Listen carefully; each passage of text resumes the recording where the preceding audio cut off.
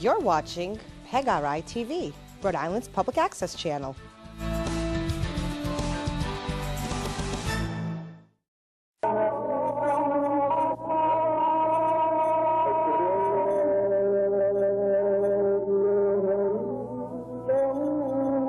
Salam. My name is Sheikh Abu Hakim Abdullah, President Chairman of Al-Masjid Sharia Law, a non-profit religious organization operating in the state of Rhode Island, USA. Well, I'm still working on the things I'm working on. I left you last week talking about we must live Islamically. I'm still trying to bring the Muslims to work on saving and cleaning up the deen.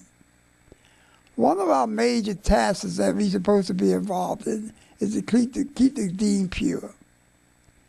We must fight against all things, strive against, I didn't use that word, strive against all things that is destroying the purity of our deen. That means that brothers and sisters, uncles and cousins and all them, if they destroying the purity of our deen, we must get rid of, keep them and break them up for doing this. We must give them the opportunity to leave the deen. If they can't follow what the law says to follow, we must give them the opportunity to go someplace else. Join another group. Not a group of Muslims, but join another group of non-believing people. This is what we must do. We must begin to purify our deen. I can't find any places where modern Islam or Islam should be changed in order to fit the time and date of the day.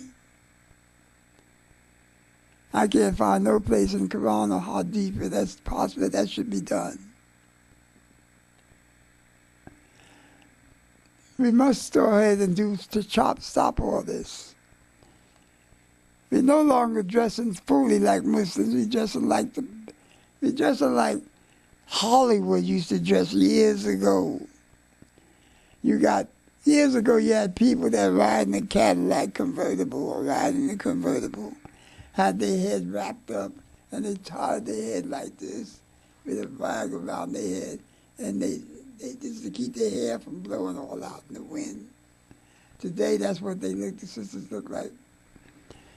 They got on that headpiece, short hair, and the bust is sticking out underneath it here and here, and their whole body is showing shapes. They wearing pants all over the place. They no longer want to dress like Aisha, may Allah honor her, or the Prophet Muhammad sallallahu. They want to dress their way. You got people in a lot of countries doing that. You got African people walking around dressed in an African style, but not the style of the Muslim. You see, this is another thing that we got to understand. We got some African people that wear tribal dress and look just like everybody else, but they Muslims. There is a dress for Muslim women that they should wear, and we're supposed to put that on them. There's a dress for Muslim men, and we should put it on. It should be, you should jump at the opportunity to look like a Muslim and feel very good in it. Very good looking like a Muslim. I wouldn't say proud, because we don't use that term proud, but very good looking like a Muslim man or a Muslim woman. Don't try to look like everybody else. And this is what we're trying to do. We're trying to go back and be friends with people and hug people that are lost, and don't hug them. Don't be bothered with them. We're trying to be bothered. We're trying to be with them. We're trying to be part of their families. And another thing, he said, it's a major thing. During the last week or so, I've been hung up with brothers in this marriage thing. Brothers, find yourself a Muslim woman, a woman that wants to be a Muslim, a woman that wants to be a Muslim. You can't keep marrying these women and giving them a shahada just to be married. Because once they do that, they don't feel like they don't feel like they part of anything anyway. They look at you and say, hey, I got married because I wanted to be a Muslim. I wanted to marry you. And the only way I can marry you, I gotta be a Muslim.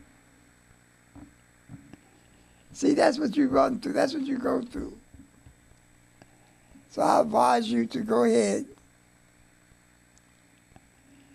and marry a Muslim. Now, in some countries, they want a lot of dowry. They want a lot of money to get married.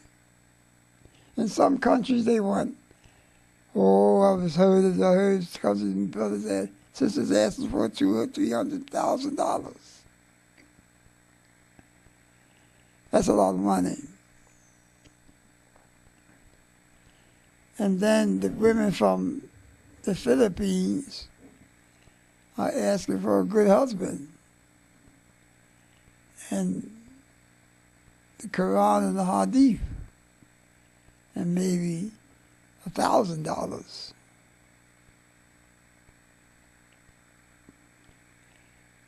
And they're Muslim. There's some countries where the woman is asking for $100,000. I heard of one ask for $1 million. It was so bad in the United Arab Emirates that the president of the country, the emir, the king, whatever you call him, had to put together a marriage fund to give the brothers because the women's asking too much. And the brothers couldn't afford it. So they about to put together a borrowed marriage fund where they borrowed money from him to get married. And they pay it back a little bit at a time. And there's another thing wherein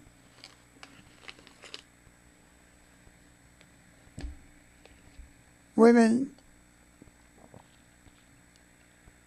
are getting married, especially in this country. Women get married, turn into Islam, and they're breaking out of Islam. They don't want Islam. They don't want to be ruled by anything. So brothers, try to marry Try to marry yourself a Muslim woman. I know there's some places you don't have that many. Some places you have older women that's out of marriage. And you don't have that many young sisters to go with young brothers.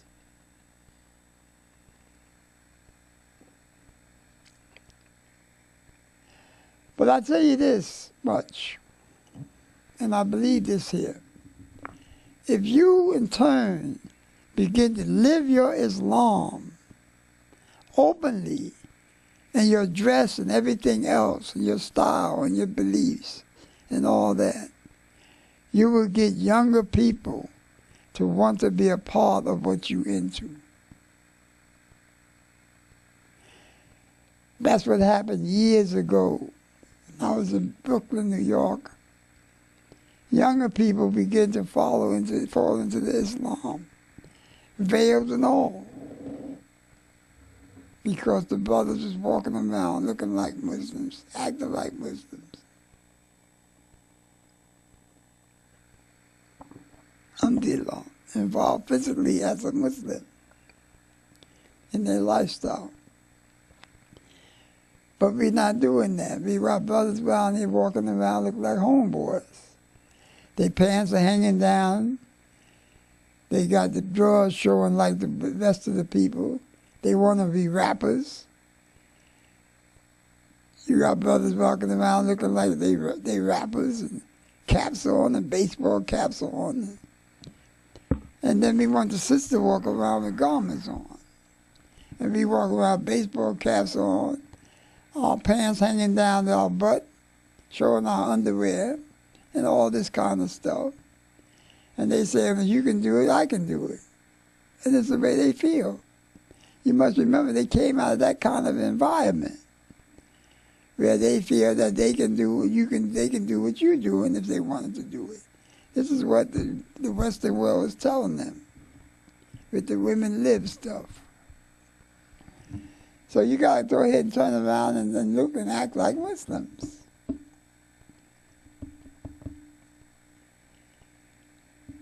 And another thing, each masjid should have an employment center. They should be able to help brothers get jobs. They should be able to help others learn how to do things to get jobs. Change their education and what they can do. And you can't do that unless you open up schools of those kind of things. And we must do that. The masjid cannot function properly if all it's going to do is make it a place to pray. That's it. It made your prayer here, and then that masjid closes down and no longer be nothing. This is what you just did. You just took a mosque, built it here, or put it together here.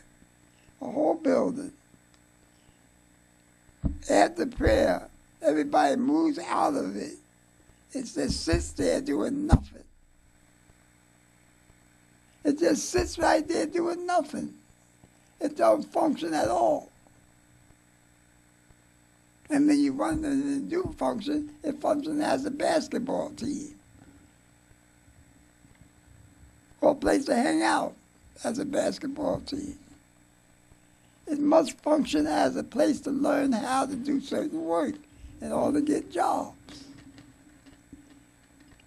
Learn how to use a hammer. Learn how to be a laborer, a assistant laborer, or assistant welder, or assistant brick mason.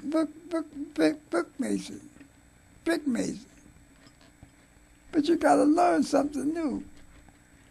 In order to get these jobs, you got to learn something new. And brothers, there is places that you get behind people that want to try to bring somebody in here that would be able to lend us monies in order to open up places to work. You got people overseas ready to invest in the United States. But how can they invest in the United States?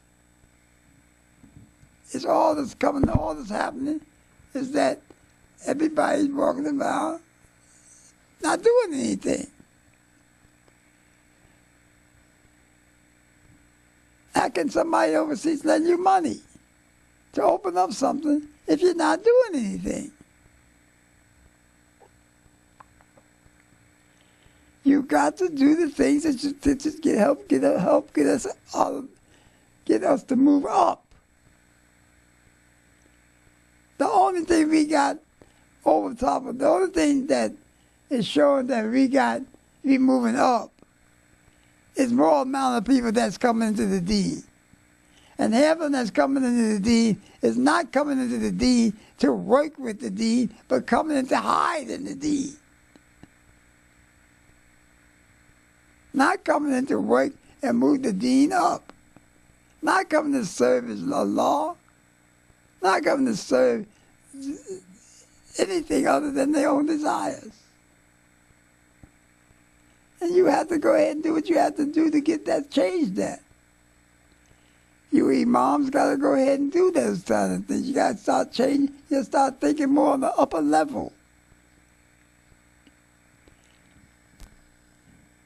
There's people trying to destroy your Islam in any kind of way they can. Like they say, all things is fair in love and war. There's people trying to lie on you and everything else. People trying to blow you up and everything. to get you away from being a Muslim. You have the best thing in life, the best thing Allah put on this earth is Islam. That's no joke. Islam is one of the best things that Allah put on this earth. But you can't see it. You cannot see it if you're living it. If you're dependent on it for everything. You cannot depend on it if you're going to work for somebody else. Unless you work for yourself and you live Islamically.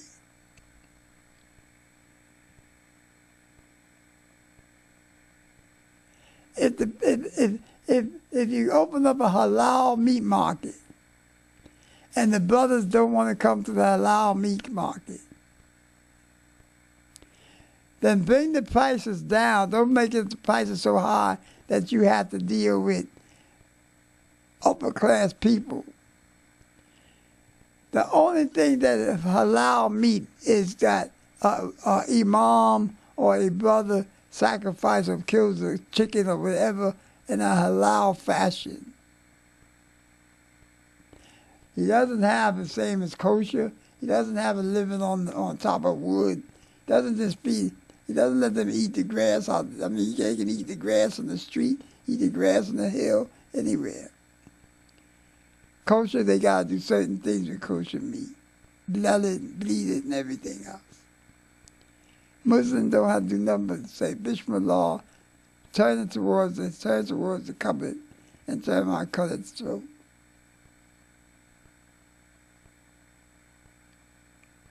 So it shouldn't be $5 for a pork chop, for a steak, piece of steak, to match the kosher prices. It should be $3 to match the prices that everybody else is not paying. It's getting away from. And you get the poor people coming in. You get other people. You get people coming in that's not Muslim to buy the meat. You get people coming to buy your eggs and stuff. It's not Muslim. That's what you must do. You must bring the prices down for people can come in and buy. Because look what's happening today. So what must happen is we must turn around and raise our own beef and sell it on the market to our own Muslim people.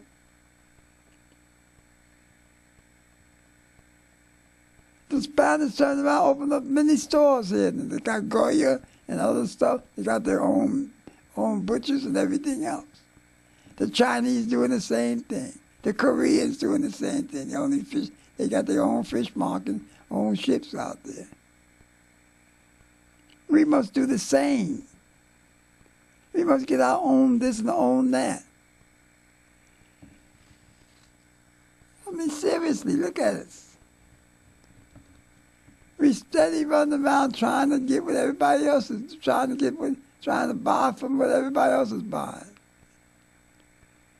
We steady going into stores and spending money on clothes, and instead of opening up a tailor shop and a clothing factory of Muslims, we got to go to Macy's and them places.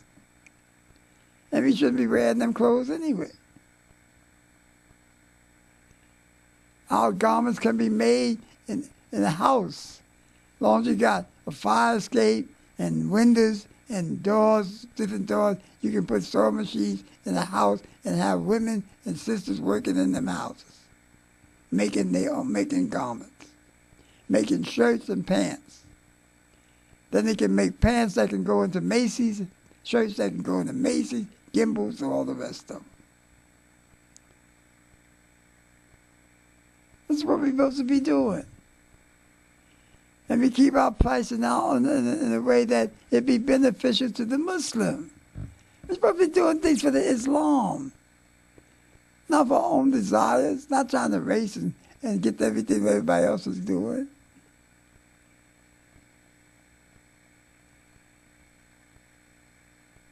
shouldn't be doing that.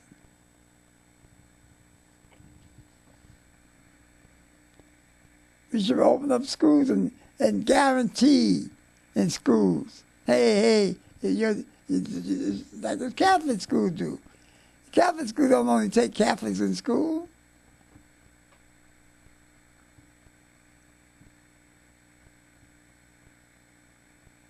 But the people that go to Catholic school got to recognize that it's a Catholic school. So why not open up schools here and recognize that the Muslims recognize that the non-Muslims recognize the Muslim school? Can't come in there with short skirts on.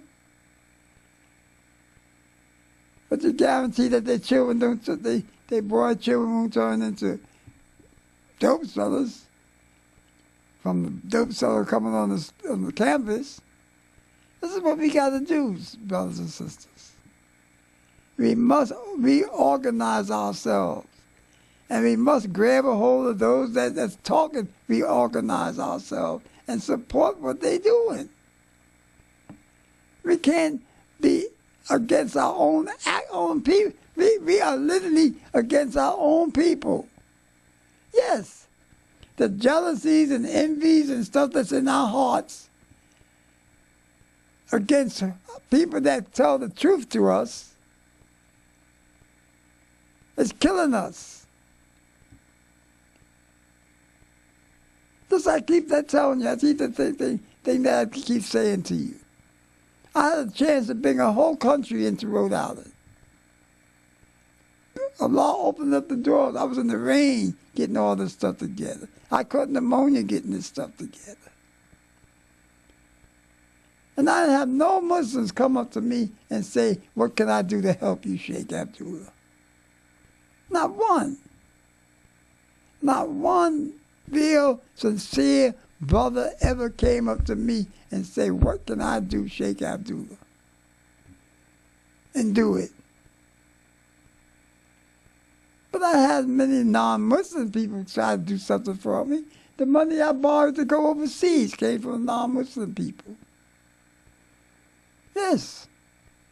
The money I used to go to Washington, D.C. to talk to the ambassador to the United States from Kuwait came from non-Muslim people. Yes. Because I couldn't get nothing else out of nobody else. I borrowed thousands of dollars from a brother, a non-Muslim, a Puerto Rican died. And then I came back, the people overseas gave me the money in order to pay that Puerto Rican guy back. I got borrowed money, I got money from the car owners, a couple of car owners. I got $1,000 and more from a house inspector. Because he's seen a chance, if I bring this guy, he's seen a chance to work with the house inspectors, get his own thing going. But not one Muslim came up to me and said, Sheikh Abdullah, what can I do to help you? It's no joke. That's no joke whatsoever. And it's a shame that I had to say this. It's a shame that I had to say this. And I was in New York. Yes, I had Muslims come call me. I had Muslims, when I went to Juma, I had Muslims stop and say, Sheikh Abdullah, can I talk to you a minute? Bang, bang, bang. Could you come over to Manhattan and get my zakat? I said, who are you? He said, I'm an ambassador so-and-so. I haven't had one Muslim yet. Only one Muslim I had one time come up to me and say something to me, and I never heard from him since. It's a shame. This is the way it was. And this is the way it seemed to be now.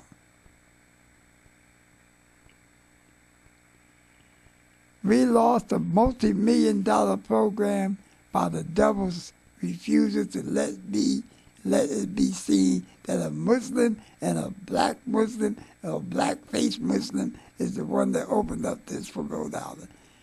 It was literally said, well, we don't need him to go to Kuwait. Let us take somebody else over to Kuwait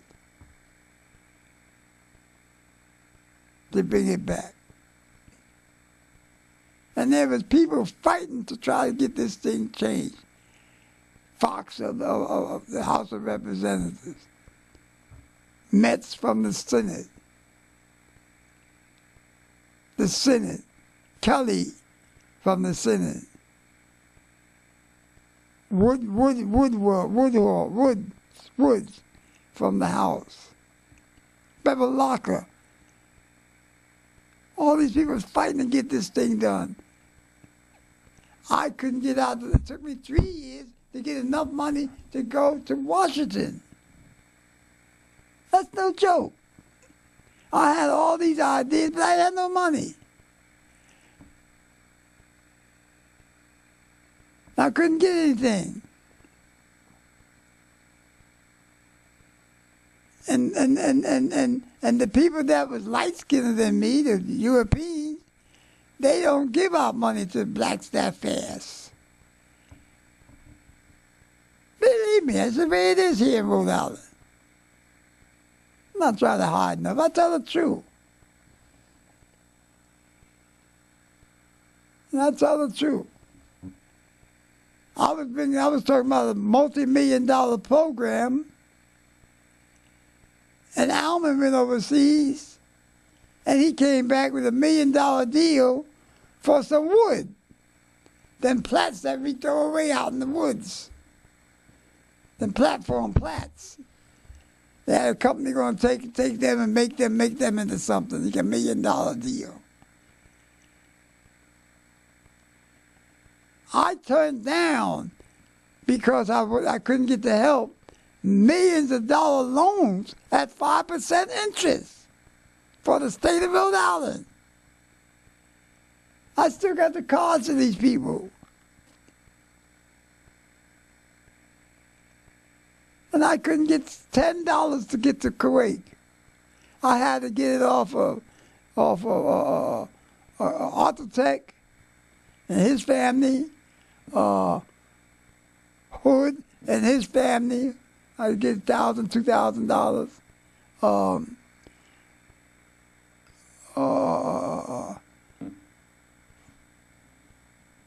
A loan. I got a little money from a couple of newspaper people. I had Valerie, a woman that was on television. Her husband gave me some money to go to Washington. They gave me $300-something. You know, you can't do this. Nothing. It's not the time you can go and sleep in the car. I had to go to the hotel and sleep. That's money.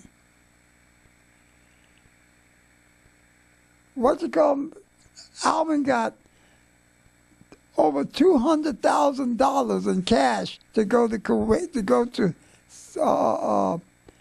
I think what country did he go to?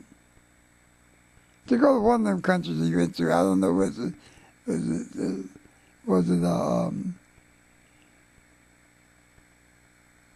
think it was Yemen or something. He went to a country overseas. And then Concherry, he went overseas, and the people must have told him, hey, we got something already. You're not moving on that. He went to a brother that speaks straight up. He don't hide nothing. And he's the governor of Kuwait. He doesn't hide anything. That brother straight out. I talked to him several times already on the telephone. And he must have told Concherry, hey, you got a program over here. Why don't you work on that? But Concherry come back and said something to the Republican Party, and they jumped on me with both feet, both hands and feet. They looked like an eagle trying to come down on me. And I couldn't get no money to get back over there. They wouldn't go with me over there. And even Chafee changed on me.